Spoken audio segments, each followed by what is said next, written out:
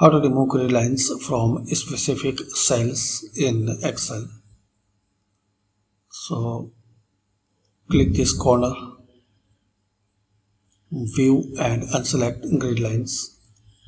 Now select any particular area in the home tab. Select here all borders.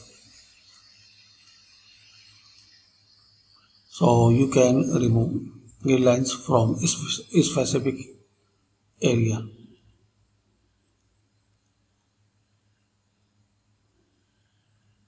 And another way, just select that cells where you need to remove grid lines and in the background color select white.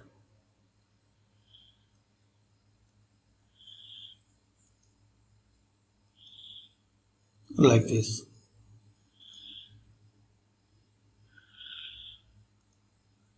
And select outside border.